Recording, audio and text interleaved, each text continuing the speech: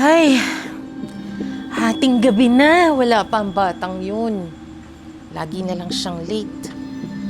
Ay, grabe.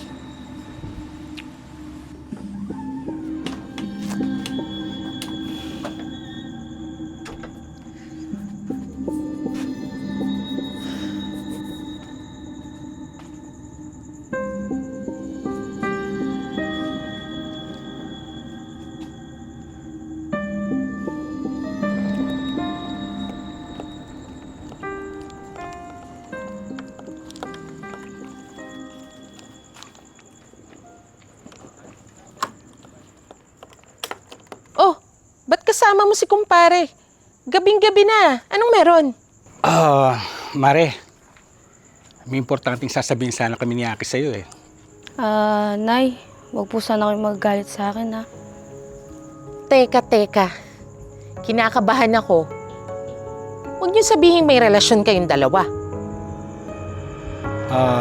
Kumare, huwag ka sanang mabibigla pero kasi natatakot magsabi sa'yo. Yan, sabi ko sa kanya ako nang bahala magpaliwanag. Ito kasing si Hindi Aki. pwede to.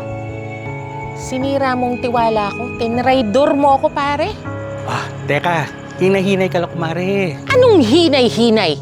Ikaw bata ka, sa dinami-dami ng lalaki, sa may edad ka pa pumatol, at ikaw naman lintik ka, kinana mo pati anak ko. Ano na lang sasabihin ng mga tao? Nay, sorry po. Natatakot lang po kasi ako magsabi sa inyo. Talagang matakot ka. Kailan pa minamamagitan sa inyo ng matandang to? Mare, hindi pa naman ako ganun katanda. Tumahimik ka. Para mo ng anak to. Ina-anak mo sa binyag to. Nay! Ano? Wala kami relasyon ni Ninong. Nagpasama lang ako sa kanya dahil may isa akong bagsak na subject. Oo nga Mare, pero naayos ko na. Kasi kapatid ko naman yung teacher niya eh. Nadaan ko sa pakiusap. Sayang naman at gagraduate na tong anak mo. Ganun ba? Pasensya na. Akala ko kasi... Next time, Mare, maghinay-hinay ka. Kaya natatakot ang anak mo sa'yo eh. Kung tama ang pakikitungo mo sa kanya, di sana hindi siya matatakot at hindi na nagpasama sa akin to. Alam mo, ikaw lang ang dapat nakakampi niya. Ang kaso, sa maliit na bagay, sobra ka makapagsalita eh. Hindi sa pinakikialaman ko yung pagdisiplina mo sa anak mo.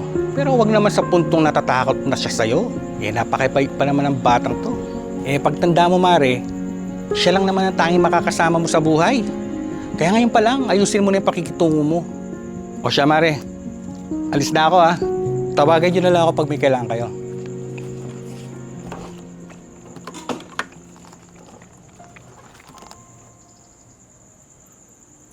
Lika na, anak.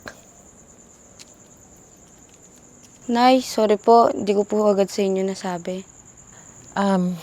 Sorry din, anak. Pero, pahinga ka na muna.